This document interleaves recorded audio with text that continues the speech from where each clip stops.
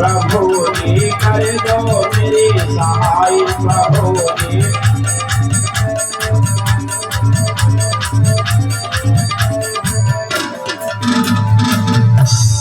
पांच यजनित करे नियम से वैदिक विधि अपनाई। पांच यजनित करे नियम से वैदिक विधि अपनाई। यज्ञ क्या है? अध्यात्म ब्रह्मज्ञ पितर यज्ञ तर्पणम होमो देवो बलभूतो निराज्य पूजनम।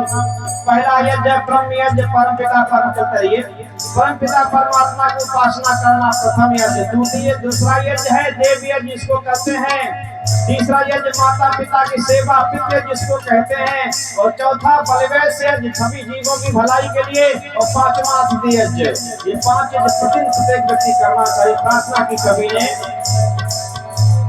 पांच यजनित करे नियम से वैदिक विधि अपनाई। पांच यजनित करे नियम से वैदिक विधि अपनाई।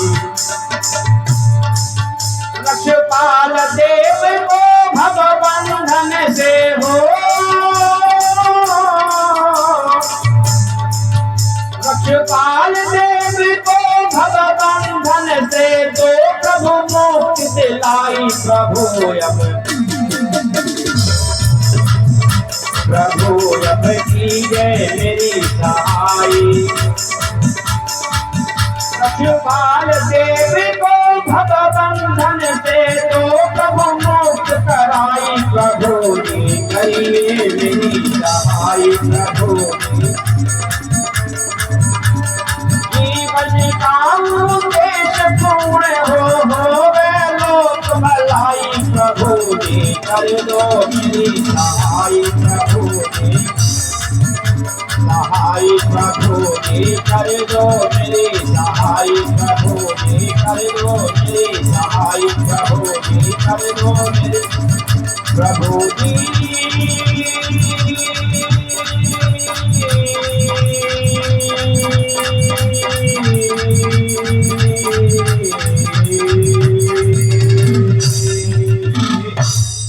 भगवान की, जगत गुरु महेश महाराज की, मर्यादा पुरुषोत्तम रामचंद्र महाराज की, योगी राज महाराज की, देश के अमर शहीदों की, सती साध्वी नारियों की, संसार के श्रेष्ठ पुरुषों की, प्रोग्राम के सफल बनाने वाले सभी श्रोताजनों की जय।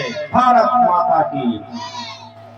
आदरणीय आज के सभापति महोदय, वह हमसे पूर्व बहुत सुंदर गुणगान किया भाई नेत्रपाल प्रता जी ने। जितना यश किया जाए धन्यवाद दिया जाए थोड़ा है। बड़ा हमें हमारे जीवन शैली में समझाने का प्रयत्न किया है जिसको हम जी रहे हैं। उसी की आज आवश्यकता है। स्वर्ग की ज्यादा आवश्यकता नहीं है बताने के। पहले तो हम पृथ्वी पर रहना ही सीख लेना। हमें पृथ्वी पे रहना नहीं है। स्वर्ग तो बात की बात है, नरक बात की बात है। मनुष्य बनकर जीना सीख ले, समझ लीजिए उसका जीवन सफल हो गया। मनुष्य ही नहीं बन पा रहे हैं। पहली बात तो यह है। मनुष्य कहते हैं कि इसको ही नहीं हम जान पाए, इसलिए उन्होंने बड़े मार्मिक प्रसंग के माध्यम से, गीतों के माध्यम से बड़ी अच्छी नई नई तर्जें ला करके आपको सुनाया। आप बड़े अच्छे सुन भी रहे थे। मेरा भी मन चला था और भी ये चलता रहे, लेकिन कार्यक्रम की व्यवस्था है, हमें भी आना पड़ गया। हो सकता है मैं व्यवधान के रूप में आपको आ गया हूँ, आप सुनना उनको ही चाह रहे थे, लेकिन फिर भी मन जोड़ेंगे तो कुछ न कुछ प्रयत्न करूंगा सुनाने के लिए। सभी इस कार्यक्रम के आयोजक, समायोजक, आज समाज के जितने भी कार्यकर्ता, बंधु, पदाधिकारी सभी को नमन करता हूं मैं। दूर दराज से सभी आए हुए धर्म प्रेमी सज्जनों, वंदनीय मां शक्ति, राष्ट्र के करधान नौजवान साथियों, बालक और बालिकाओं,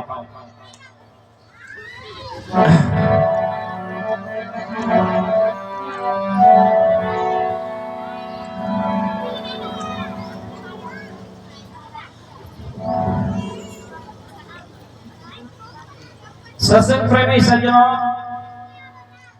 इस संसार में 3 प्रकार के लोग होते हैं। कितने प्रकार के हैं? 3 प्रकार के विशेष। मनुष्य प्राणियों की बात करता हूं मैं। अन्य प्राणियों की तो करें तो अन्य प्रकार हो गए। मनुष्य में 3 श्रेणियां होती हैं, 3 प्रकार के मनुष्य होते हैं और 3 प्रकार के मनुष्यों को सौभाग्यशाली, एक प्रकार के लोग हैं सौभाग्यशाली, बल्कि सौभाग्यशाली सभी मनुष्य हैं। जिसको भी मानव का जीवन मिल गया, बहनों बहुत शांति से होकर सुनना, तो जितने को भी नर नारी दोनों मनुष्य हैं, नर नारी प्रजाति हमारी अलग अलग, एक नर एक नारी, लेकिन मानव जीवन दोनों का है, मनुष्य दोनों की कहते हैं। इसलिए सभी नर नारियों को, जिनको मानव का शरीर मिल गया, जिन प्राणियों को, जिन जीवात्माओं को, वो सब सौभाग्यशाली हैं। पशु पक्षी सौभाग्यशाली नहीं है, वह स्वतंत्र नहीं है, वे अपने पूर्व जन्मों के किए हुए का भोग भोग रही हैं और उनके शरीर कैद खाने हैं, जेल खाना जिसको बोलते हैं, जिसमें जीवात्मा बंद हो गया, नया कर्म नहीं कर सकता, जिसको किया उसी को भोग रहा है, नया कुछ भी नहीं कर सकता। इसलिए ये 84 में जितनी भी भोग, मानव को छोड़ करके ये सब भोग योनियां हैं। मानव भोग योनि भी है और कर्म योनि भी, इसलिए इसको उभय योनि कहा गया। ये नया कर्म भी कर सकता है, पीछे किए का भोग भी भोग सकता है। इसलिए जितने भी प्राणियों को मानव का जीवन मिला है वो सब सौभाग्यशाली हैं। वो भले ही निर्धन क्यों ना सही, वह अनपढ़ क्यों ना सही, वह किसी भी स्थिति परिस्थिति में क्यों ना जी रहा है, लेकिन वो सब सौभाग्यशाली हैं। जो लोग इतने पर भी परमात्मा को धन्यवाद नहीं देते और परमात्मा को भी दोष देते हैं कि विष्णु तो बड़ा बुरा है, हमें तो ये नहीं दिया, हमें वो नहीं दिया, हमें ऐसा बना दिया, वैसा बना दिया, ये उनका मिथ्या आलाप है, बल्कि और दोष के भागी हो रहे हैं और पाप के भागी हो रहे हैं। परमात्मा ने बनाने में किसी के प्रति कोई भी द्वेष नहीं बरता है, किसी में पक्षपात नहीं किया है, सभी मनुष्यों के शरीरों को समान रूप से बनाया है। ब्राह्मण के शरीर को, चाहे वैश्य के शरीर को, चाहे हिंदू, चाहे मुस्लिम, सिख, ईसाई, दुनिया का कोई भी मानव से किसी देश में रहने वाला क्यों नहीं सही, सबके शरीरों की रचना एक जैसी ही की है। सब में तत्व वही लगाए जो भारत के लोगों में लगाए, वही अन्य देशों के लोगों में लगाए हैं। जो ब्राह्मण के शरीर में तत्व जितने हैं वैसे शूद्र के शरीर में भी वही तत्व, कोई पक्षपात नहीं किया। दूसरा और एक व्यवस्था दी परमात्मा ने कि सबके शरीरों में अपने आप भी व्यवस्थित है, स्थित है, सबके शरीरों में। उसने कोई छुआछूत नहीं की, कोई ऊंच नीच नहीं की, कहीं उसने नहीं माना ये ब्राह्मण है इसके हम अंदर रहेंगे, ये वाल्मीकि इसके अंदर हम नहीं निवास करेंगे, सबके अंदर निवास करेंगे। वो सबके समान ब्रह्म मानवा हृदय तिष्ठति, सभी मनुष्यों के हृदय आकाश में ऊपर पिता परमात्मा प्रतिष्ठित है, हृदय आकाश में रहता है वो, और हृदय आकाश में मिलन होता है, ये भी ध्यान रखना, दूसरा कोई स्थान मिलने का है नहीं। इसलिए हम सब सौभाग्यशाली, हमको मनुष्यों का जीवन मिला हुआ। दूसरे परम सौभाग्यशाली वो है, एक परम सौभाग्यशाली मनुष्य है। परम सौभाग्यशाली कौन है? जो मानव होने के साथ साथ जिसको सत्य सत्य का बोध हो गया है, जिसको धर्म अधर्म का बोध हो गया है, जिसको न्याय अन्याय का बोध हो गया है, और बोध के साथ में उसी के अनुकूल जीवन भी सत्य में व्यतीत कर रहा है। धर्म में जीवन जी रहा है, सत्य में जीवन जी रहा है, विद्या में जीवन जी रहा है, परोपकार में जीवन जी रहा है। जो मानवता को ग्रहण करे, मनुष्य बनकर के जीवन जी रहा है, वो परम सौभाग्यशाली है। जो अज्ञान में जी रहा है वो परम सौभाग्यशाली नहीं है। उसका जीवन गर्त में जा सकता, फिर 84 से निकला था 84 में पुनः जा सकता है, लेकिन जो सत्य को जान करके असत्य को त्याग करके जीवन जी रहा है, अधर्म का त्याग करके धर्म में जीवन जी रहा है, उस व्यक्ति को पुण्यात्मा होने के साथ साथ उसको मोक्ष की उपाधि प्राप्ति हो जाएगी। बस वो भगवान से मुक्त होगा, उसे परमात्मा का प्यार सानिध्य मिलेगा, इसलिए वो परम सौभाग्यशाली है। और ये सब होगा कैसे? और दुर्भाग्यशाली कौन है? तीसरा दुर्भाग्यशाली है जो सत्य जानता तो है, असत्य को समझता है, सत्य को समझता है, धर्म को जानता, अधर्म को जानता, जान तो लिया परंतु उसको मान नहीं रहा है। जानने के पश्चात में जो नहीं माना, उससे बड़ा कोई दुर्भाग्यशाली नहीं है। आप देख लीजिए, दो महापुरुषों को मैं लाता हूं आपके बीच में। एक मर्यादा पुरुषोत्तम श्री राम और दूसरा रावण।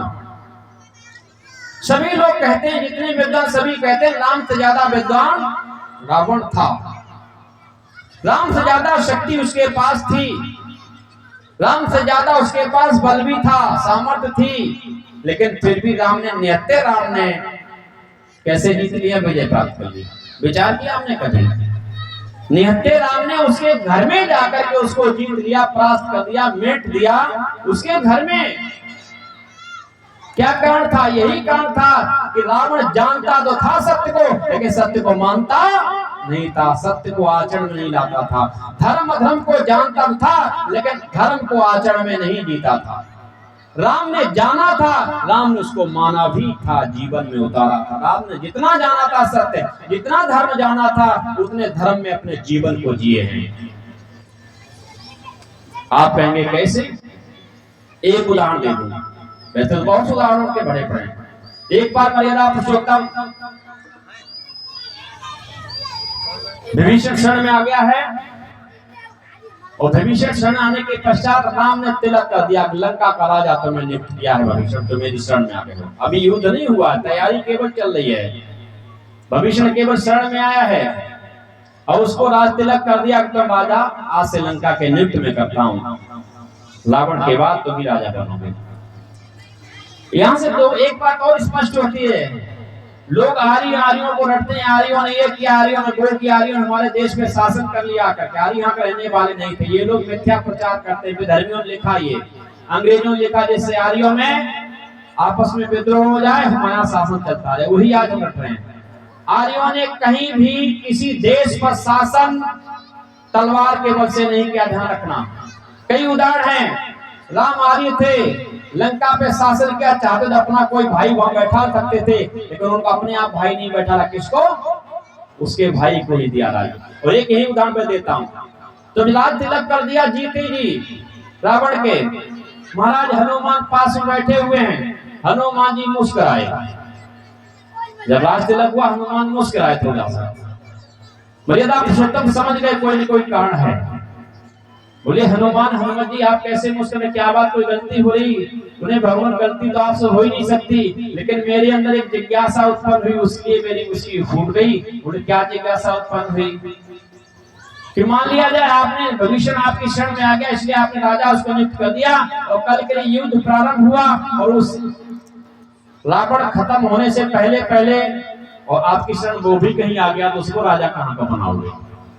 राजा तो इसको दे दिया लंका का। आप झूठ बोलते नहीं हो, मिथ्या बोलते नहीं हो, ये तो लंका का राजा बनेगा, और जब वो भी शरण में आ जाएगा, उसे कहां का राजा बनाओगे? बड़ी बढ़िया राधे श्याम जी ने बात कही। मैं एक बात कहता हूं, समझ में आ जाएगा जीवन का चरित्र क्या है। कि इसको लंकेश बनाया है, उसको अब भेष बनाएंगे, इसको लंकेश बनाया है,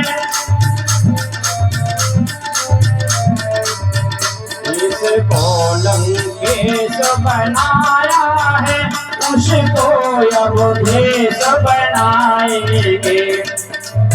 अभी दो भाई हम वन में हैं, अभी दो भाई हम वन में हैं, फिर चारों भाई आएंगे।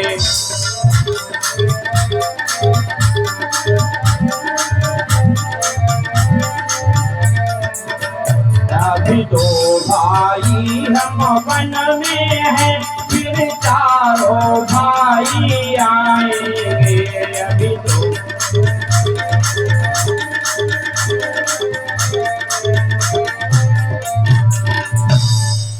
कहने लगे हनुमान, उत्तर है मेरा तुम्हारे लिए। अरे इसको मैंने अब लंकेश बना दिया है, यदि वो भी आ जाता है मेरी शरण में, तो उसको अवधेश बना दूंगा। अरे अभी मैं दो भाई जंगल में भटक रहा हूं, चारों भाई जंगल में रहने के लिए आ जाएंगे, लेकिन मिथ्या वचन नहीं होगा। ये आर्यों का था आदर्श। उधर देख लीजिए महाराज कृष्ण ने किसका वध किया?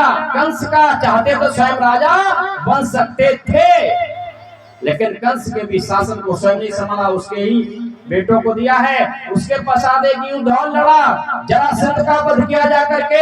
जरासंध का भी चाहते शासन स्वयं कर सकते थे, किसी अपने व्यक्ति को बैठा सकते थे, लेकिन नहीं, वहां भी जरासंध के बेटे को शासन पे बैठाना है।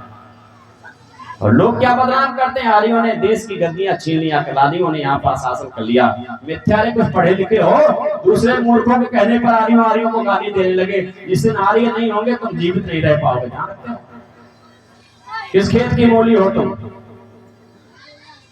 इसलिए राम रावण में यही अंतर था। मैं कहने जा रहा था, दोनों ने जाना था सत्य असत्य को, लेकिन एक ने सत्य को जिया भी था और दूसरे ने जाना था लेकिन जिया नहीं था, इसलिए पतन हुआ। इसलिए वो लोग दुर्भाग्यशाली हैं जो सत्य को जानते हैं लेकिन सत्य को मानते नहीं हैं, धर्म को जानते हैं लेकिन धर्म को मानते नहीं हैं। आज हम राम को मानते तो हैं, राम को मानते हैं, लेकिन राम की शिक्षाओं को, राम के जीवन की शिक्षाओं को हम नहीं मानते हैं। तो ऐसे ही हम भी समझो जैसे रावण था, सत्य को जानता, सत्य को मानता नहीं था। हम भगवान राम को मानते हैं लेकिन राम की नहीं मानते, राम की शिक्षाओं को नहीं मानते हैं, उनके चरित्र को नहीं अपनाते हैं। कृष्ण महाराज को मानते हैं, उनके चरित्र को नहीं अपनाते हैं। तो हम में और रावण में, हम में और कंस में कोई अंतर नहीं है। राम का भी आदर्श सत्य के रूप में उपस्थित हमारे बीच में, कृष्ण का भी जीवन सत्य के रूप में स्थापित समाज में है। यदि कृष्ण को जानते हो, कृष्ण को मानते हो, तो कृष्ण को जीना सीखो, कृष्ण को जीना सीखो। राम को अगर जानते हो, राम को अगर मानते हो, राम को जीना सीखो, राम जैसा जीना सीखो। लोगों ने एक चौपाई स्वार्थियों ने रखी, क्या मालूम, सीताराम सीताराम सीताराम कहिए, जाय विधि राखे राम ताई विधि रहिए। अच्छा, जाय विधि राखे राम, राम क्यों रखेगा तुम्हें? तुम्हें कर्म करने का अधिकार उसने दे दिया, तुम्हें वो क्यों रखेगा? तुम खुद रहो ना। कर्म करने का अधिकार दिया, कर्म करने का ज्ञान दे दिया, कर्म कुकर्म का ज्ञान दे दिया, धर्म अधर्म का ज्ञान दे दिया, बड़े उत्तम उत्तम गुरु भेज दिए शिक्षा देने के लिए, तुम्हें जगाने के लिए जगा रहे हैं। तो कर्तव्य करने का अधिकार तुम्हारा है। ध्यान रखना, ईश्वर, अगर आप ईश्वर क्षण में भी पहुंच जाओगे तो ईश्वर मार्गदर्शन करता, लेकिन मार्ग पर चलना तुमको स्वयं पड़ेगा। चलेगा वो नहीं, मार्गदर्शन करेगा, आपकी आत्मा में ज्ञान प्रकाशित करेगा, बोध कराएगा, लेकिन उस पर चलना आपको है, आचरण आपको करना। जैसे महाराज कृष्ण, हम एक बार को मान लें महाराज कृष्ण भगवान थे, ईश्वर थे, लेकिन कृष्ण कि किसके साथी बने? अर्जुन के। अर्जुन के साथी तो बने, रथों को तो चलाया है। अर्जुन इधर कहता उधर ले जाते रथ। पार्थ आगे रथ बढ़ाइए, पार्थ आगे रथ बढ़ा, रथ के तो रथवान तो बने, लेकिन युद्ध स्वयं अर्जुन को करना पड़ा। हथियार नहीं उठाया, चाहते तो हथियार उठा सकते थे, महाभारत को बहुत जल्दी समाप्त कर सकते थे, लेकिन नहीं, वो उनका कर्तव्य नहीं था, वो कर्तव्य था अर्जुन, वो कर्म था अर्जुन का। इसलिए कर्म के लिए प्रेरित भी किया। जब वो कर्म से पीछे हटा तो उन्हें प्रेरणा दी है, अर्जुन गांडी को उठाए, तू धर्म के लिए खड़ा नहीं होगा, अधर्म का नाश नहीं करेगा, तो क्षत्रिय होने पर तुझे पाप लगेगा, आने वाली तुझे पीढ़ी माफ नहीं करेगी और तुझे नरक में जाना पड़ेगा। इसलिए तू क्षत्रिय है, क्षत्रिय का कर्तव्य अधर्मियों का, अधर्म का नाश करना। इसलिए उठा गांडी। ये सारे लोग जो तुझे स्वजन लग रहे हैं, अपने जन लग रहे हैं, ये केवल सरस सकल सूरत से तेरे अपने, अंदर से सब ये तेरे दुश्मन हैं। क्योंकि क्षत्रिय का दुश्मन अधर्मी होता है, पापी होता है, दुराचारी होता है। ये सारे दुराचारी बन चुके हैं और तू क्षत्रिय, तेरा कर्तव्य उठा गांडी में का वध कर। वध करा दिया, लेकिन अपने आप किसी को अभी वध नहीं किया। ऐसे ही परमपिता परमात्मा भी हमको बोध देता है, मेरी आत्मा ने हमको ज्ञान देगा, लेकिन चलना हमें ही स्वयं पड़ेगा।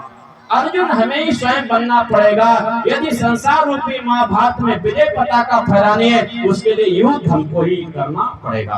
ये संसार भी महाभारत है, कुरुक्षेत्र है जीवात्मा के लिए। यहाँ लड़ना हमको ही पड़ेगा, अपने मार्ग में बढ़ना हमको ही पड़ेगा। इसलिए वो लोग दुर्भाग्यशाली हैं जो जानने पर, इसका ईगो कम करो थोड़ा, जानने पर मानते, इसलिए वो दुर्भाग्यशाली हैं। इसलिए हम अपने जीवन को दुर्भाग्यशाली ना बने। यदि इसी तरीके से संसार में लोग जीवन जीते तो ये संसार कैसे अब तक रहता सुरक्षित?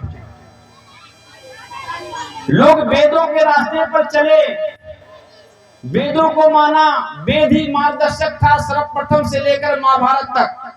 बल्कि लेखकों का कहना है कि महाभारत के 300 वर्ष पूर्व भी बिगाड़ हो चुका था। वेद के पद से लोग हटने लगे थे, मत मतांतरों का जन्म होने लगा था। वहीं से पतन का कांड प्रारंभ हुआ और वहीं से वो कांड महाभारत जैसा कांड बना। आज भी हम उन्हीं गलतियों पर हम वेद की तरफ नहीं जा रहे हैं, वेद तरफ नहीं लौट पा रहे हैं, क्योंकि वेद मेरे भाइयों किसी मत पंथ के लिए नहीं है, वेद किसी जाति पाति के लिए नहीं है, वेद सार्वभौमिक सारे संसार के मानवों के लिए है। क्योंकि ईश्वर की जो भी वस्तु बनाई हुई है, ईश्वर निर्मित जो भी वस्तुएं हैं, जो भी तत्व हैं, वो सर्वसाधारण के लिए मुहैया हैं, किसी के लिए पक्षपात करके नहीं। वायु उसने बनाई, सबके लिए बनाई, जल उसने बनाया, सबके लिए बनाए, सूर्य बनाया, सबके लिए बनाया, पृथ्वी बनाई, सबके लिए बनाया, जितना जो कुछ बनाया सबके लिए, किसी पक्षपात नहीं है। ऐसे ही उसने ज्ञान भी सृष्टि के आदि में दिया था, वेद रूपी ज्ञान, कई बार पीछे बता चुका हूं। तो उस ज्ञान को भी सबके लिए, इसलिए वेद में व्यवस्था है। वेद में कहा गया सर्वे भवन्तु सुखिनः सर्वे सन्तु निरामया सर्वे भद्राणि पश्यन्तु मा कश्चित् दुख भाग भवेत्। ये नहीं कहा आर्यों के लिए, ये नहीं कहा हिंदुओं के लिए, ये नहीं कहा भारत के लिए, सबके लिए सुखी, सभी सुखी रहें। और एक बात कही, कर्मंतो विश्वमार्यम, अरे वेद के ज्ञान को प्राप्त करके सारी दुनिया के लोग आर्य बने, श्रेष्ठ बने। आर्य माने श्रेष्ठ। यहाँ दो ही प्रकार के लोग रहते थे, आज भी दो ही प्रकार के विशेष लोग हैं, आर्य या अनार्य। आर्य उसको कहते जिनके श्रेष्ठ गुण कर्म और स्वभाव थे, और अनार्य उसको कहते चोर और बदमाश थे, उनको अनार्य कहा करते थे। आज भी लोग कहते हैं कहीं कहीं, क्या यार अनार्य हो क्या आप? अनार्य माने कुछ ना जानने वाला, और आर्य माने जानकार, सब श्रेष्ठ में आचरणवान चरित्रवान श्रेष्ठ हो, वेदानुकूल आचरण करता हो, उसको कहते हैं आर्य। आर्य कोई जाति नहीं है, आर्य कोई धर्म नहीं है। इसलिए वेद पे चलते थे तो हमारे रहते थे, और वेद को छोड़ने वाला, वेद को त्यागने वाला क्या है? सच्चा नास्तिक है। उसी को नास्तिक कहा गया। नास्तिको वेद निंदका, क्या कहा गया? नास्तिको वेद निंदका। ना कुछ मानने वाला, ना कुछ जानने वाला नास्तिक है, जो वेद को नहीं मानता, वो किसी को नहीं मानता। क्यों? ऐसा धर्म ग्रंथ, ऐसा अनुपम आचार संहिता सारी दुनिया को समेटती हो, अपने में सबको व्यवस्था देती हो, ईश्वर का संदेश, ईश्वर का ज्ञान जिसे कहा गया हो, ईश्वर ने सबके कल्याण के लिए इसमें विज्ञान दिया हो, और उसको तो नहीं मानेगा तो फिर किसको मानेगा? कितना महामूर्ख आज का मानव इसी संदेश को ना मान करके स्वार्थी लोगों द्वारा छोटी छोटी पुस्तकें, छोटे छोटे ग्रंथ निकाल दिए मतपंथों के माध्यम से, उन पे चल रहा है, और वेद का कर रहा है निरादर। वेद में ये नहीं, बोध में वो नहीं। अच्छा, वेद में क्या नहीं है बताए हमें? क्या नहीं है? कोई माइक लाल ये नहीं वेद में, और किसी महापुरुष ने लिखा वेद से अलग हटके दिखा दे, में इसे हमने लिख दिया। अगर सत्य कुछ लिखा है तो वेद से ही उसने भाषांतर भले कर दिया, लेकिन वेद से ही लिया गया है। महात्मा बुद्ध की बात करता हूं, महात्मा बुद्ध ने लिखा है धम्मं शरणं गच्छामि। क्या है ये तो नहीं कहते मैं धर्म बना रहा हूं, मैं क्या कहते हैं वो? धम्मं शरणं गच्छामि, ऐ मनुष्य धर्म की शरण में जा। ये तो नहीं कह रहा कि मैं धर्म बना रहा हूँ, बुद्ध धर्म बना रहा हूँ, उसकी शरण तो जा। उन्होंने कहा धर्म की शरण में जा, और धर्म की उत्पत्ति उससे पहले हो चुकी थी। इसका मतलब धर्म पहले से, तभी तो कह रहे धर्म की शरण में जा तू। आज हम नहीं माने, वो धर्म किस धर्म को बता रहे हैं? क्या कोई दूसरा धर्म उन्होंने बताया? आज हमने उनके नाम से धर्म ही खड़ा कर दिया।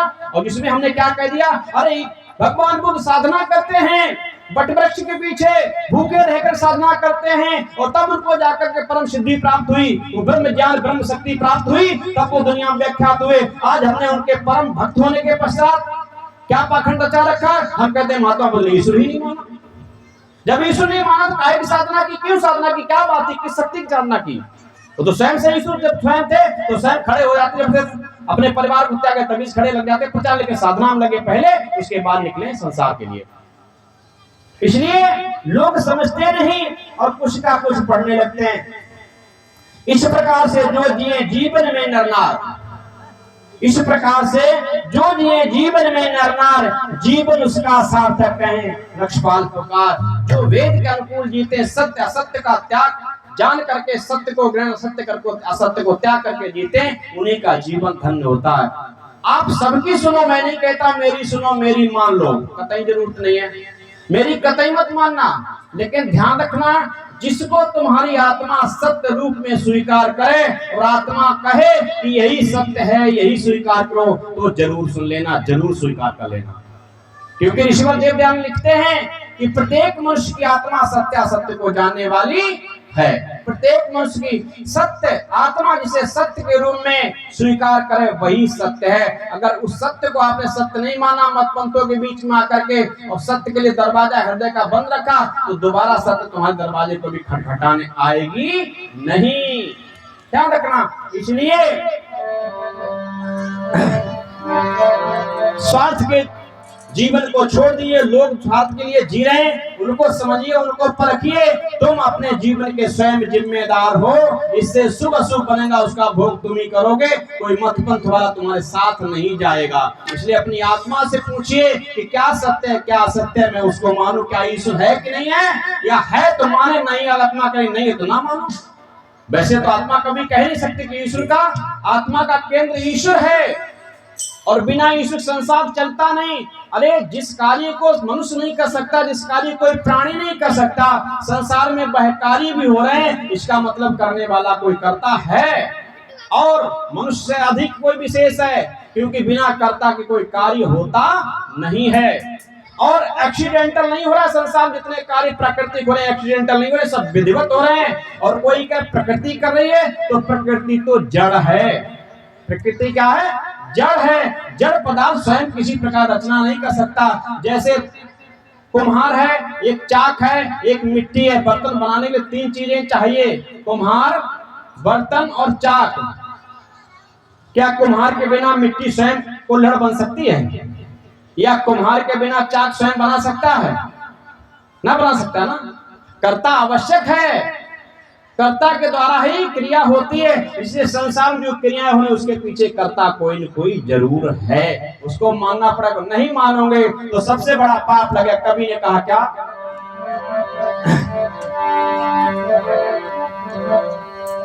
कि अपने लिए जो जिए इस जहान में जी हो, ये जीना भी क्या जीना है, बात रखना ध्यान से जी हो। अपने लिए जो जिए इस जहान में जी हो,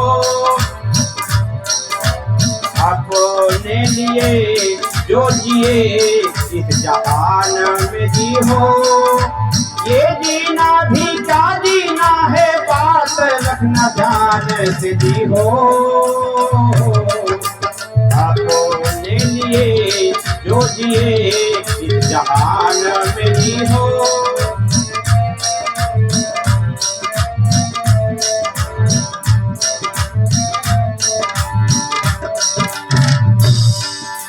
माना करोड़ों कोई अरे वो कमाली है,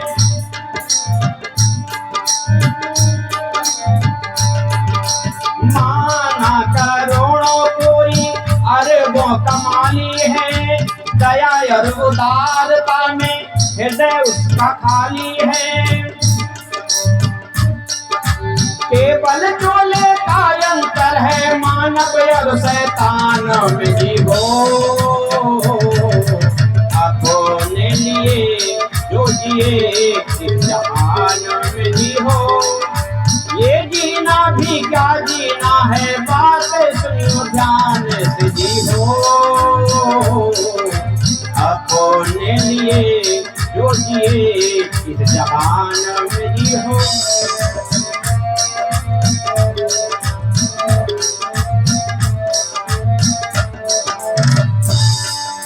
लक्ष्मीपति हो करके कौड़ी दान करता ना,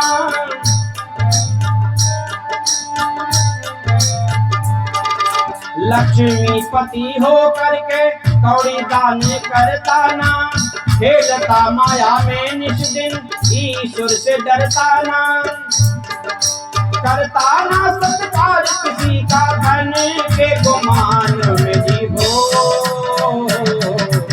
अपने लिए जो जिए इस जहान में जीवो, ये जीना भी क्या जीना है, बात सुनियो ध्यान से जीवो। अपने लिए जो जिए जहान में जी हो।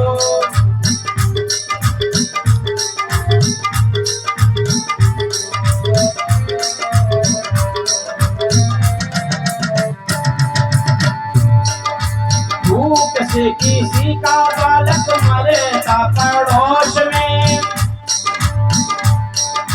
भूख से किसी का बालक मरता हो पड़ोस में, धनी राम ज्यादा खाकर पड़ता पड़ोस में, धनी राम ज्यादा खाकर पड़ता पड़ोस में, नाला तेरे खाने पर और खाकर तेरी शान पे जी हो।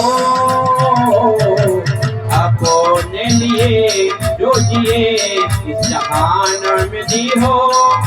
ये जीना भी क्या जीना है, बात सुनियो ध्यान से जी हो। अपने लिए जो जिए इस जहान में जी हो।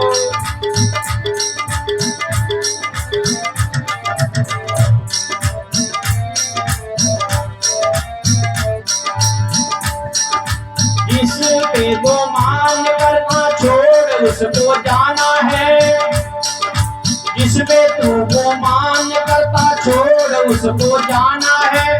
मिट्टी के खिलौने का तो मिट्टी में ठिकाना है,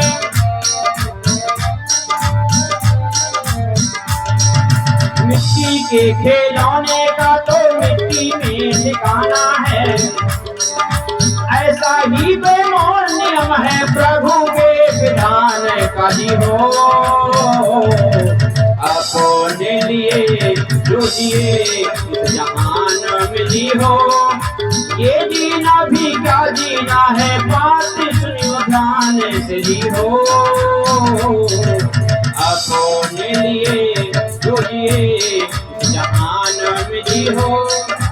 ये जीना भी क्या जीना है, बात सुनियो ध्यान से जी हो। अपने लिए जो जिए जहान में जी हो।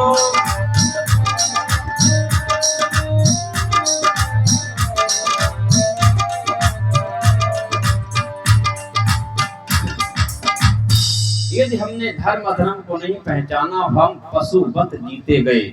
हमने सत्य सत्य का निरीक्षण नहीं किया, सत्य को ग्रहण सत्य का त्याग नहीं किया। यदि हम पशुवत जीते गए तो जीने से कोई लाभ नहीं है। जैसे मैंने कल भी बताया था, अति का बड़ा तो क्या बड़ा, जैसे पेड़ खजूर पंछी को छाया नहीं फैलावे बड़ी दूरी से। बड़पन से क्या लाभ होने वाला है? अरे तो बड़े बन बन करके जिन लोगों के लिए धन कोठी बना के जाओगे धर्म अन्याय के माध्यम से, वो एक भी तुम्हारे भोग भोगने में सहायक नहीं होंगे। पशु पक्षी बनकर के, कीट पतंग बनकर के जन्म जन्मांतरों के लिए भोग आपको ही भोगना है, दूसरा कोई साथी होने वाला नहीं है। ये एक उदाहरण मैं आपको पेश करता हूँ।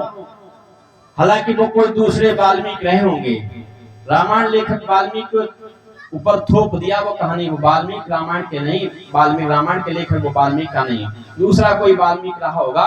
एक वाल्मीकि नाम के व्यक्ति थे, मार काट करता था, चोरी करता था। रत्नाकर भी नाम दिया उसको, हाँ रत्नाकर। तो रत्नाकर बता रहे वाल्मीकि थे, लेकिन वाल्मीकि नहीं थे वो। वाल्मीकि तो प्रचेतक ऋषि के पुत्र थे, और उन्होंने वाल्मीकि में सीता साक्षी में शपथ दी है कि मैंने जीवन में कोई पाप कर्म नहीं किया। यदि मैंने जीवन में कोई पाप कर्म किया हो, अधर्म किया हो, मैं झूठ अगर बोलूं तो मेरे सारे पुण्यों का फल समाप्त हो जाए। मैं सच बोलता हूं, सच कहता हूं, सीता पवित्र है, सीता पवित्र है। उन्होंने बताया वाल्मीकि जो थे प्रचेतस मुनि के 10वें पुत्र थे, उन्होंने कोई जीवन पापाचार ऐसा नहीं किया था। लेकिन ये कोई रत्नाकर दूसरा था, रत्नाकर डाकू था। वहां से कुछ ऋषि लोग निकल रहे थे, रत्नाकर ने उन ऋषियों को बंधक बना लिया और कहा कि माल जेवर दो निकाल, क्या तुम्हारे पास रुपया पैसा है? ऋषियों ने कहा भाई तुमने बांध क्यों लिया, मैं तो तुमको पैसे ही दे देता, हम इसका क्या करेंगे, मिला भी कहीं से थोड़ा बहुत उधर ले जाओ, लेकिन एक बात बताते जाओ। क्या बताते जाए? बोले कि जो तुम ये लूट पाट करते हो, ये धन अपहरण करते हो दूसरों का, दूसरों को दुख देने का कार्य करते हो, ये घर वालों को खिलाते हो, घर वालों के लिए ले जाते हो। क्या आपने अपने घर वालों से पूछा, जब तुम परमपिता परमात्मा के यहाँ जाओगे और तुमको जब दंड मिलेगा, जो पाप इसमें बनता है उसका जो दंड मिलेगा, क्या उस दंड में भी, पाप में भी तुम्हारे घर वाले शामिल हैं? इसमें खाते तो वो सब है, तुम अकेले तो नहीं खा रहे हो। क्या वो जो पाप तुमसे हो रहा है, इस पाप में भी क्या भोगने में साथ देंगे तुम्हारा? बोले कि तो कभी नहीं पूछा। उन्हें जाओ जल्दी पूछ क्या हो। अच्छा तुम इसलिए कह रहे तो भाग जाओ यहाँ से, मैं घर पे चला। उसने कहा नहीं बाबा मुझे बांध दो, ऐसा बांध दो हम खुल नहीं पाए, हम जाएंगे नहीं। रत्नाकर ने उन ऋषियों को बांध दिया, रस्सी से पेड़ से बांध दिया। जाकर घर वालों के पास गया, बोले सारे लोग इकट्ठे हो जाओ, मैं तुमसे कुछ पूछना चाहता हूँ। सारे घर के लोग इकट्ठे हो गए, आज क्या बात है? सारे इकट्ठे हो गए, बोले बोलो क्या कहना चाह रहे हो? बोले कि मैं जो लूट पाट करके धन लाता हूँ उसको सब तुम लोग यूज करते हो नहीं करते? करते, खाते हो, पहनते हो, सब कुछ खाते पहनते हैं, ठीक है। अच्छा ये बताओ, ये लूट करने का काम कोई अच्छा तो काम है नहीं, है तो पाप का, अधर्म का काम। इससे जो अधर्म पाप होता है इसमें भी साथी तुम हो कि नहीं हो? इसमें भी साथी हो कि नहीं? इसमें मुझे जो भोग दंड मिलेगा उसको आप भोगोगे मेरे साथ चल करके? बोले कि बाबा ये नहीं है भाई, तुम्हारा कर्तव्य, तुम कैसे ला रहे हो तुम जानो, हम इसमें पाप में कतई भागी नहीं है। हम खा तो सकते, क्यों खाना हमारा काम, तुम लाओगे तो खाएंगे, लेकिन हम पाप में कतई भागी नहीं है, ना दंड में सहायक हो पाएंगे। दंड तो केवल आपको भुगतना पड़ेगा। ये रत्नाकर वापस गया ऋषियों के पास। ऋषियों ने कहा पूछ क्या है? रत्नाकर का सर लटका हुआ था, बड़ा जो है सुस्त चेहरा था। ऋषि समझ गए कि जो मैं चाह रहा था वही हो गया है। ऋषियों ने कहा बताओ क्या पूछ के आए हो? बोले पहले खोल देता हूँ आपको फिर बताऊंगा। उसने खोल दिया और कहा कि महाराज, घर वालों ने सबने हाथ खड़े कर दिए, कहा कि तुम कमा के लाते हो, खाना मेरा काम है, तुम कैसे कमा के लाते हो तुम जानो, मैं तुम्हारे पाप में कतई शामिल नहीं है। ये भाई रत्नाकर पे ही बात नहीं, ये हम सब पर भी बात लागू हो रही है। हमारी सबकी बड़ी दशा है। यदि हम अधर्म अन्याय से कमाएंगे, परिवार को खिलाएंगे, बच्चों को पालेंगे, समाज को कुछ लेन देन करेंगे उससे, उसमें कतई कोई भी भागी नहीं होगा, वो भोगना हमको केवल अकेले पड़ेगा। आप सोच रहे हैं कुत्ते कैसे बन जा रहे हैं, आप सोच रहे हैं गधे कैसे बने, आप सोच रहे हैं प्रणाली का कीड़ा कैसे बन रहा है, ये कोई और नहीं बन रहा है, ये मनुष्य ही बन करके बना जा रहा है। सारी की सारी योनियां मनुष्य निकलती है, कर्मों का भोग यहीं शुरू होता है, कुकर्म यहीं शुरू होते हैं, यहीं से नाना प्रकार की योनियों में जाने का प्रावधान प्रारंभ होता है हमारे गुण कर्मों स्वभावों के द्वारा। क्या कोई भोग रहा है? कोई साथ दे रहा है? कोई सुनने वाला है? नहीं कोई सुनने वाला। अरे ऐसी स्थिति भी प्राप्त करोगे कि जन्म देने वाली जननी है आपको जन्म दे देगी, लेकिन रक्षा किंचित मात्र नहीं कर पाई। एक तरफ जन्म दिया, दूसरी तरफ खाने वाले भी आपके लिए खड़े होंगे तैयार। जंगल की देखो स्थिति को, कोई बचाने वाला नहीं होता। कुछ तो ऐसे भी उसने जन्म दिया, जन्म देने वाला अपने बच्चों को खाने का भी काम शुरू कर देता है, जैसे सर्प आदि, मछली आदि। बच जाओ कहीं अपनों से, जन्म देने वालों से बच जाओ तो कहीं जीवन बचेगा कुछ समय के लिए, अंततः तुरंत ही समाप्त हो। कुछ ऐसे होंगे समुद्र में, अरे एक तरफ अंडा देते हैं, रेत में छुपा करके जीव से निकलते हैं समुद्र से, और रेतों में छुपा कर अंडा देते हैं और चले गए समुद्र, फिर वापस बह गए जाकर के। तब तक दूसरी टोली, दूसरी समूह निकला, रेत के ऊपर चढ़ा, वो अंडा खोज के खाने लग गया, समाप्त करने लग गया। ये क्या है? यही हमारे जीवन का भोग। इसलिए इसमें कोई साथी नहीं होगा। इसलिए मेरे भाई हम अच्छे कर्म करें, मनुष्यता रूप कर्म करें। अगला गीत आता है कि मानव चोला फिर न मिलेगा इन बदियों से टल, कभी झूठ कभी छल, कभी झूठ कभी छल। मानव चोला फिर न मिलेगा इन बदियों से टल, कभी झूठ कभी छल, कभी झूठ कभी छल। राम नाम मुख में बगल में छुरी लिए फिरता, राम नाम मुख में बगल में छुरी लिए फिरता। जो फिरता औरों को गिराता अंत वही गिरता, जो फिरता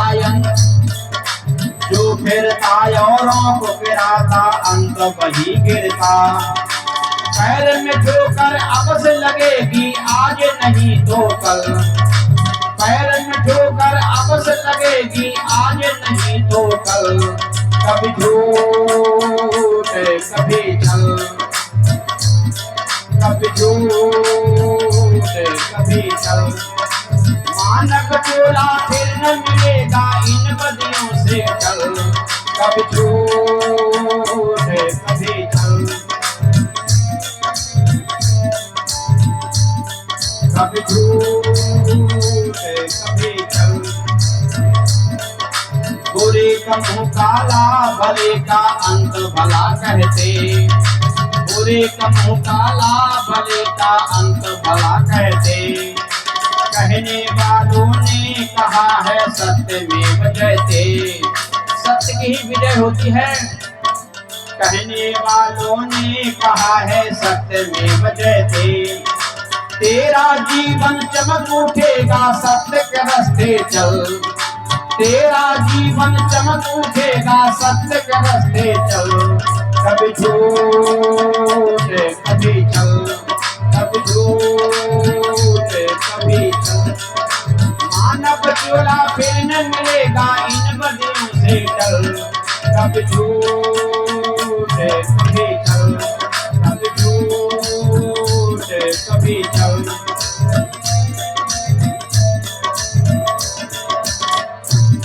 मिट्टी में मिले आटा मिले या मिले दूध में पानी। अच्छा एक बात बताना, क्या दूध में भैंस पानी मिलाने लगी? बोलो आजकल भैंस तो नहीं मिला के देती। भैंस तो जैसे पहले दे रही आदमी वैसे दूध दे रही। दूध में पानी कौन मिला रहा है? 40 रुपए जगह 50 लोग 50 जगह 60 देने कह दो, लेकिन दूध में पानी फिर भी मिलेगा। देसी घी में देसी घी की नस्ल को बदल दिया लोगों ने। देसी घी तक पहचाने या देसी घी है कैसा लोग भूल गए। देसी घी में डालडा मिलाने का काम कौन कर रहा है? बोलो मनुष्य कर रहा है ना। अच्छा नकली दवाइयां बनाने का काम कौन कर रहा है? मनुष्य। जिस दवाई से जीवन मिलता है, जिससे मरीज स्वस्थ हो सकता था, उसी को नकली बना के मरीज को मारा जा रहा है। कौन कर रहा है? ये मनुष्य जो कर रहा है। मिट्टी में मिले आटा मिले या मिले दूध में पानी। हर एक वस्तु में मिलावट करते नादानी, हर एक वस्तु में मिलावट करते नादानी। कर्मों का फल अवश्य मिलेगा आज नहीं तो कल। कभी झूठ कभी छल, कभी झूठ कभी छल। मानव जीवन चमक उठेगा, मानव जीवन चमक उठेगा सत्य के रास्ते चल। कभी झूठ कभी छल, कभी झूठ कभी। एक भिखारी आया एक मार्केट में। सन्यासी था, बाबा था, लेकिन भिक्षाटन का काम कर रहा था। एक सामने वाले दुकानदार के सामने कमंड हिला के पहुंच गया, भिक्षाम देहि। दुकानदार तो बेचारा परेशान था, सत्य पुरुष था, कमाई हो नहीं पाई, छल कपट कर नहीं पा रहा, गुजारा बड़ा मुश्किल हो रहा था। उसने जब सन्यासी को भिक्षा मांगते हुए देखा, अपनी दुकान सामने बड़ा झल्ला के बोला, बाबा जी हमारे पास क्या रखा है? हमारी दुकान में बोनी नहीं हो रही, हम तुम्हें कहां से दें? अरे सामने वाले के पास क्यों नहीं जाते हो? बहुत चंद दिनों में कोठी में कोठी से खड़ी कर दी। नकली काम करता है, दूध का काम करता है, दूध में पानी मिला के बेचता है, और इसको कुछ नहीं हो रहा। हम किसी न किसी परेशानी में फंसे रहते, कहीं हारी, कहीं बीमारी, कहीं कुछ न कहीं कुछ, कहीं कुछ, कहीं कुछ। इसको कुछ नहीं हो रहा है, दिन रात चौगुनी उन्नति कर रहा है। ऐसा भी देखने में आता होगा ना समाज में, आपको भी। अच्छे लोग बड़े परेशान कहीं के दिखाई दे रहे हैं, बुरे के कहीं धब्बा नहीं आ रहा, कहीं बिल्कुल उंगली नहीं दुख रही है। लोग कहते हैं परमात्मा भी न्याय उसका बदल गया या डर रहा है। ऐसा नहीं है, उसके पीछे कारण है, इससे साफ हो जाएगा। बाबा जी ने कहा अच्छा तू क्यों परेशान है? बोले कि हम इसलिए परेशान है कि हम सही काम करते हैं, ईमानदारी चलते हैं, तो हमारा गुजारा बड़ा मुश्किल हो पा रहा है, परेशानियों से भी गुजर रहे हैं, और ये बुराई पे बुराई करता चला जा रहा। इसकी कितनी उंगली नहीं पिराई, कोई दुख कोई संकट नहीं, और दुनदुनी रात चौगनी उन्नति कर रहा है, इसलिए हम परेशान हैं। हम तो ईश्वर भक्त हैं, तो ईश्वर का क्या नया बदल गया क्या? बोले कि नहीं। बोले कितने दिन इसको हो गए ये काम करते हुए? बोले कि 4 वर्षें हो गई, 4 वर्ष में सब कुछ हुआ। कितना लीटर पानी मिलाता डेली? बोले कि ये रोज कम से कम 2-3 बाल्टी तो पानी मिला के बेच देता है। अच्छा, तो उसने कहा पूरे 4 साल में कितनी बाल्टी बनती हैं? उसने 1000-2000 जो भी बनाई। बोला कि आप जो हैं अपनी चौड़ाई के बराबर एक गड्ढा खोदिए और अपनी लंबाई के बराबर गड्ढा खोदिए और उसमें इतनी बाल्टी पानी डालिए, भर दीजिए गड्ढा में जितनी बाल्टी पानी से दूध बेचा है अभी तक। उतनी बाल्टी पानी भरा गया उस गड्ढे में, व्यक्ति की लंबाई के बराबर चौड़ा गड्ढा, उतना ऊंचा गड्ढा, गहरा गड्ढा खोदा गया, उसमें पानी भर दिया गया और कहा कि इसमें घुसो आप। वो घुसा तो कहां तक पानी पहुंचा? गले तक। गले तक पानी पहुंच गया। बोले गले तक पानी पहुंच गया महाराज, गले तक पहुंच गया, बस समझ लीजिए ये इतना ही पापों से दब चुका है, अभी इसका सर बाकी है, और जिस दिन पाप इसके इतने बढ़ जाएंगे, सर से ऊपर उतर जाएंगे, उसी दिन ये डूब जाएगा, सर्वनाश को प्राप्त होगा। ध्यान रखना। परमात्मा समझ लीजिए बुरा कर्म करने पर अगर बुरे व्यक्ति को दंड नहीं देता, समझ लीजिए बहुत बड़े दंड की तैयारी हो रही है। वहां छोटे दंड से कोई काम चलने वाला नहीं है, वहां बड़े दंड का काम बड़े दंड की तैयारी हो रही है, बड़ा दंड मिलेगा, सर्वनाश करके जाएगा, और हुआ भी है लोगों का। अच्छे लोगों को कष्ट इसलिए परमात्मा देता, उनके भोग इसलिए भुगाता रहता है कि जिससे वो ऋणी ना रहें और भोगों से दबे ना रहें, वो पुण्य आत्मा के पुण्य आत्मा भी बने रहें। उनके पूर्व जन्मों को भी कष्ट अगर हैं, कोई बुरे कर्म उसको भुगाता रहता, नया करते नहीं है, जिससे उनकी मोक्ष की तैयारी हो रही है, मुक्ति की तैयारी हो रही, परमात्मा के प्यार की तैयारी हो रही, परमात्मा की शरण पाने की तैयारी होगी। इसलिए परमात्मा उनको मांझता रहता, साफ करता रहता, धोता रहता, जिससे उनके अंदर भोगों के पूर्व भोगों के भोग भी भोग जाए और उनका जीवन महान बन जाए। और जो दुष्ट हैं, जिन पे भुगाता नहीं है, उनके बड़े दंड की तैयारी कर रहा है, ये ध्यान रखना। लेकिन अवश्य भोक्तव्यम कर्तव्यम कर्म, कर्म का भोग अवश्य भोगना पड़ेगा, बिना कर्म के भोगे कोई छूट नहीं सकता। कर्म प्रधान विश्व रचना का जो जस कींसु तस फल चाखा, अवश्य मिलेगा, आज नहीं तो कल मिलेगा भोग। इसलिए कभी कह रहा था कि मिट्टी में मिले आटा, यहाँ पर मिले दूध में पानी, मिट्टी में मिले आटा, मिले या मिले दूध में पानी, हर एक वस्तु में मिलावट करते नादानी, हर एक वस्तु में मिलावट करते नादानी। कर्मों का फल अवश्य मिलेगा, आज नहीं तो कल, कभी झूठ कभी फल, कभी झूठ कभी छल, मानव जीवन फिर न मिलेगा इन बदियों से टल, कभी झूठ कभी छल। ऋषि मुनि योगी सभी ने तुझको समझाया, वेद शास्त्र ने ऐ मानव फिर तुझको समझाया, तू नहीं समझा मन तेरी समझ नहीं आया। ऋषि मुनि योगी सभी ने तुझको समझाया, तू नहीं समझा मन तेरी समझ नहीं आया। कब समझेगा जब निकलेगा पथिक तुम्हारा दम, कब समझेगा जब निकलेगा पथिक तुम्हारा दम, कब झूठ कभी छल, कब झूठ कभी छल। मानव जीवन फिर न मिलेगा इन बदियों से टल, कभी झूठ कभी छल, कभी झूठ कभी छल, कभी झूठ कभी छल। इन जीवन से भी हम चलेंगे तो क्या हमारा जीवन महान बन सकेगा? नहीं बन सकेगा। मानव जीवन का उद्देश्य है विलासता नहीं है। मानव जीवन का उद्देश्य है अपने जीवन को मूल उद्देश्य की तरफ ले जाएं। मूल उद्देश्य क्या है? संसार के बंधनों से मुक्त होकर के परमानंद परम मोक्ष परमात्मा की सानिध्य को पा लेना। अर्थात जो मानव जीवन के विशेष 3 प्रकार के ताप हैं उनसे मुक्त हो जाना। दैहिक, दैविक और भौतिक ताप। साथ में 5 क्लेश हैं, अविद्या, अस्मिता, राग, द्वेषा, निमेषा, सब पंच क्लेशा। ये 8 प्रकार के दुख हैं, शारीरिक से लेकर आत्मा तक के। इन 8 प्रकार के दुखों की निवृत्ति करना मानव का अंतिम लक्ष्य है। इन 8 प्रकार के दुखों के क्लेशों से निवृत्त हो जाता है वही व्यक्ति मुक्ति में, मोक्षानंद में, या उसी को भवबंधन की मुक्ति कहता है, वही कहलाती है। दूसरा कोई और नहीं बंधे, कहीं आप खूंटे से नहीं बंधे हो। जब तक आप इन दुखों से, इन कष्टों से मुक्त नहीं हो पाओगे तब तक आप किंचित मात्र भी संसार के भवबंधनों से मुक्त नहीं हो पाओगे।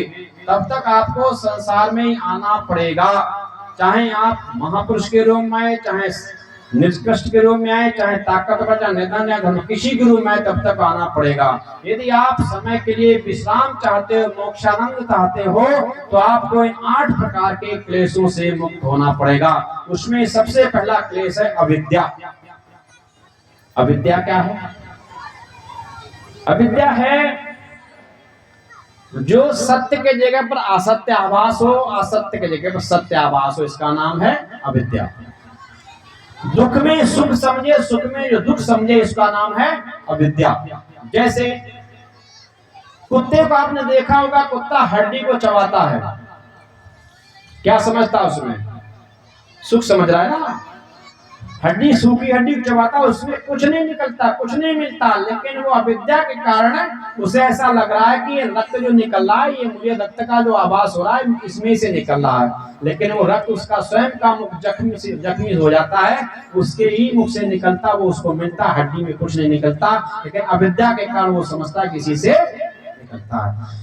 अविद्या का दूसरा रूप है, मनुष्य चाहता है कि मैं ये संसार ऐसा ही बना रहेगा, ये संसार ऐसा ही बना रहेगा, कभी नष्ट नहीं होगा, ये शरीर ऐसा ही बना रहेगा, ये कभी समाप्त नहीं होगा। ये क्या है?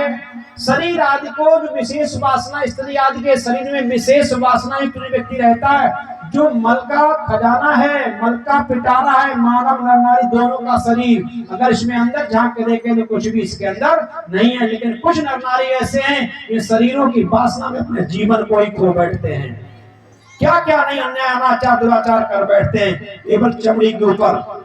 ये अविद्या है। और अविद्या कब आती है? दर्शन का ऋषि कहता है संस्कार दोषाच्च अविद्या। जब व्यक्ति के संस्कारों में दोष आता तो अविद्या की उत्पत्ति होती है। संस्कारों में जब कुसंस्कारों फंसता तो अविद्या की उत्पत्ति होती। संस्कारों से वंचित और कुसंस्कारों से संचित होता है तो अविद्या की उत्पत्ति आती है। इसलिए संस्कार, यदि अविद्या से आप छूटना चाहते हैं, पहले क्लेश से अगर छूटना चाहते हो तो आपको अविद्या से मुक्त होना पड़ेगा। और अविद्या मुक्त कहां से करेगी आपको? कौन है विद्या का मुक्त करने वाला? यदि अविद्या से मुक्त होना चाहते हो तो आपको वेद का स्वाध्यायशील मानव बनना पड़ेगा, वेद का स्वाध्याय करना पड़ेगा, वेद को सुनना पड़ेगा, वेद के निकट आना पड़ेगा, क्योंकि वेद ही सब सत्य विद्याओं का पुस्तक है, ऐसा सबने कहा है। विद्याओं का केंद्र अगर है तो वेद है। इसलिए वेद विद धातु से बना है, वेद विद धातु से बना है, जिसका अर्थ है धारण करना, विधिवत। प्रैक्टिकलात्मक ज्ञान, प्रयोगात्मक ज्ञान को वेद कहते हैं। जो प्रैक्टिस थ्योरिकल नहीं है, केवल प्रैक्टिकल है, प्रयोग में आएगा ऐसा नहीं। भागवत कारक जैसा कह देता है महाराज हनुमान जी ने बचपन में ही मुंह में रख लिया क्या कि सूर्य तोड़ करके। सत्य वचन महाराज, क्या प्रयोग में हो सकता? बोलो ये प्रैक्टिकल है क्या? हाँ जी। और पढ़े लिखे लोग, प्रोफेसर स्तर के लोग, वैज्ञानिकता युक्त लोग प्रयोगशाला में जिन्होंने प्रयोग किया कराया है, ऐसे लोग भी, विज्ञान भूगोल को जानने वाले लोग भी उस मूर्ख की बात करें, सत्य वचन महाराज हनुमान जरूर रख लिया होगा। हाँ जी, वेद में ऐसा ज्ञान है, वेद प्रैक्टिकलात्मक ज्ञान है, विधिवत ज्ञान, इसका प्रयोग हो सकता है, जो चरित्र में आ सकता है वह है। वेद में 16 विद्याएं होती हैं, सभी 16 विद्याएं परा और अपरा विद्या होती है। परा अपरा में 8 विद्याएं होती हैं, 8 पराग विद्याएं, 8 अपरा की। परा विद्या वह है जिसके द्वारा आप ब्रह्म जो सूक्ष्म जगत को जानते हैं, अपरा वह जो संसार जगत को जानते हैं। 2 प्रकार की विद्याएं में 16 विद्याएं होती हैं, और वेद में 14 विद्याओं का पूर्ण तरीके से विस्तार से समझाया गया। 2 विद्याएं गौड़ हैं, अंतिम विद्याएं जो 2 हैं, 15वीं और 16वीं, वह गौड़ हैं। वह उसमें ब्रह्म के कार्य, इसलिए वेद में उनको भी नहीं खोला गया है कि उनको मनुष्य जान नहीं सकता, जान भी सकता तो उनको कर भी नहीं सकता, उसके प्रयोग से बाहर की बात है। इसलिए 2 विद्याओं को परमात्मा ने वेद में भी गौण रखा है, प्रक्षिप्त रखा है। और 14 विद्याएं जो आपके उपयोग में आ सकती है, विस्तार से उसमें दिया, जिसको आप समझ सकते हो, समझा सकते हो। 2 विद्याओं में जैसे 14 विद्याओं में है कि सूर्य कितनी दूर है, सूर्य से क्या प्राप्त होगा, ये सब कुछ मिलेगा आपको। लेकिन 2 विद्याओं में क्या है कि सूर्य बनाया कैसे गया, ये वेद में नहीं खोला गया है, क्योंकि सूर्य को आप बना ही नहीं सकते हो, आपके बस की बात नहीं है। वो ब्रह्मकारी है, जो ब्रह्मकारी है उसने वो नहीं खोले। बाकी जो मानव जान सकता है, कर सकता है, मानव जिससे हित अहित हो सकता है, वो सारी वेद में विद्याएं हैं। इसलिए वेद को कहा गया है, वेद सब सत्य विद्याओं की पुस्तक है। वेद का पढ़ना पढ़ाना, वेद का सुनना सुनाना सभी मनुष्यों का परम धर्म है, यह विद्या है। तो संस्कार भी कहां से पाएंगे? 16 संस्कार क्या निकले? भागवत से निकले। बोलो, ये संस्कारों की बात कह रहा हूं, क्या वो संस्कार भागवत से निकले? क्या रामायण से निकले? क्या किसी मतांतर से निकले? बौद्ध जी ने दिए क्या, या ईसा ने दिए हैं, या मोहम्मद ने दिए हैं, या जैनियों ने दिए? किसी के माइक लाल ने दिए तो हाथ उठा के बताए। अगर 16 संस्कारों की बात हुई है और संस्कार घर में मिले हैं तो वेद ने ही दिए हैं, वेद ने दिए हैं। इसलिए संस्कार दोषाचा विद्या, संस्कारों में दोष आने से, संस्कारों को ना जानने से विद्या अविद्या उत्पन्न हो जाती है। इसलिए संस्कार आपको उत्तम रहेंगे तो आप विद्यावान रहेंगे। दूसरा विद्या अविद्या का और कारण है, संस्कार दोषाचा विद्या और इंद्रिय दोषाचा विद्या। इंद्रिय दोष आने से भी अविद्या आ जाती है। आपकी ज्ञान इंद्रियां 5 हैं, आपकी कर्म इंद्रियां 5 हैं, इनमें भी अगर दोष आ गया, जैसे आपके नेत्र दोष हो गया, दृष्टि दोष हो गया, तो दृष्टि दोष में दतौंधी रोग होता है, दतौंधी रोग हो गया तो दोष आ गया नहीं आ गया? आपको 1 दीपक दिखे 2 दीपक दिखाई दे रहे, नहीं दिखाई। ऐसे अगर दृष्टि दोष आ गया, आपकी दृष्टि कामी बन गई, आपकी दृष्टि विलासी बन गई, तो आपको क्या दिखाई देने लगा? सारे के सारे साधन कामी ही दिखाने देने लगेंगे, सब काम की पूर्ति के साधन दिखाई देने लगेंगे। दोष आ जाएगा नहीं आ जाएगा? इंद्रिय दोषाचा विद्या, इंद्रियों के दोष होने से भी अविद्या है। अब ये इंद्रिय संस्कार दोष कहां से दूर होगा? वेद से दूर होगा, वेद के सत्संग से दूर होगा। इसलिए हम वेदों की ओर लौटे। किसी ध्यान ने कहा था हम वेदों की ओर लौटे, वेद को सुनेंगे, वेद को जानेंगे, वेद को पढ़ेंगे तो हम विद्या से अविद्या से मुक्त हैं। अविद्या ऐसे ही 5 ये हैं, 3 हमारे दैविक भौतिक ताप हैं। इन 8 तापों से मुक्त होने का मूल कारण, उसका मूल उद्देश्य इनसे मुक्त हो जाए, और जब जो इनसे मुक्त हो जाएगा वही व्यक्ति संसार सागर से भी पार हो जाएगा, उसी का जीवन सार्थक हो जाएगा। और ये सब आपको सिखाने वाला वेद है, दूसरा कोई रास्ता नहीं है। इसलिए वेद की तरफ लौटो। ऋषि ने भी यही कहा है, दुनिया के लोगों तुम वेदों की ओर लौटो। यदि वेदों को नहीं लौटोगे तो तुम जैसे अभी तक बर्बाद हुए हो, वेदों से अलग हट करके, ऐसे आगे बर्बाद होते रहोगे, कुसंस्कारित होते रहोगे, अविद्या फंसते रहोगे, और तुम्हारा जीवन, तुम्हारा समाज नष्ट होता रहेगा। इसलिए वेदों की ओर लौटो। ये जो भी गुलामी के बाद प्रकाश आपको दिखाई दे रहा, ढिंढोरा कोई पीटे माई कलार, जो भी प्रकाश हो दिखाई दे रहा है, ये ऋषिवर देव दयानंद की देन है। अगर डॉक्टर अंबेडकर का जो लोग अभिमान करते हैं, डॉक्टर अंबेडकर को भी पढ़ने लिखने का अधिकार दिलाया था, तो ये आज समाज की देन ऋषिवर देव दयानंद की देन है। ये आज जो मनु महाराज को गालियां दे रहे हैं, अरे उन लोगों को पता नहीं मनु महाराज है क्या चीज। अरे मनु ना होता तो ये बैकवर्ड के राजा क्या पूर्व बन जाते थे क्या? जो चक्रवर्ती सम्राट हमारे मौर्य वंश में रहे लोग हैं, क्या बन जाते? मनु महाराज चक्रवर्ती बने हैं। मनु महाराज का साम्राज्य पहले रहा है, बाद में मनु पैदा नहीं हुए। मनु के संविधान के माध्यम से सारे दुनिया के संविधान चले महाभारत के बहुत बाद तक। मनु ने लिखा ब्राह्मण से मुखमा सिद्ध बाहु राजन्या कृता गुरु तत्सदस पदभ्यां शूद्रो जायत। मुख ब्राह्मण क्षत्रिय भुजा उदर वैश्य को जान पैरन को शूद्र का ये है वेद प्रमाण। ये मनु ने कहा है। मनु ने कहा ब्राह्मणों शूद्रता शूद्रता ब्राह्मणता। अरे ब्राह्मण शूद्र बन सकता है, शूद्र ब्राह्मण बन सकता है। यदि शूद्र में भी ब्राह्मण के गुणकर्म उत्पन्न हुए तो शूद्र भी ब्राह्मण बन सकता है। और बना है मनु महाराज के समय में। गणिका गर्भ समूहता प्रशस्त नामने तपसा ब्राह्मण जाता संस्काराते कारणम। वशिष्ठ जी को आप समझ रहे होंगे, जो ऋषि विश्वामित्र उनके महाराज दशरथ के कुल पुरोहित रहे, क्या ब्राह्मण थे जन्म से? जन्म से ब्राह्मण नहीं थे, कर्म से ब्राह्मण बने हैं। वैश्या के पुत्र थे, उर्वशी नाम की इनकी माता वैश्या थी। इनके ब्रह्मा पिता बताए, ब्रह्मा तो उसका सबका पिता है, हम सबका पिता ब्रह्मा है। जिसके नाम का नहीं तो उसका पिता तो ब्रह्मा तो ही सबका। इसलिए ये वैश्या के पुत्र ने गणिका गर्भ समूहता प्रशस्त नाम नहीं तपसा ब्राह्मण जाता संस्काराते कारणम। संस्कारों के माध्यम से, विद्या के माध्यम से ये कुल पुरोहित बने सूर्यवंश के। कैवर्त्या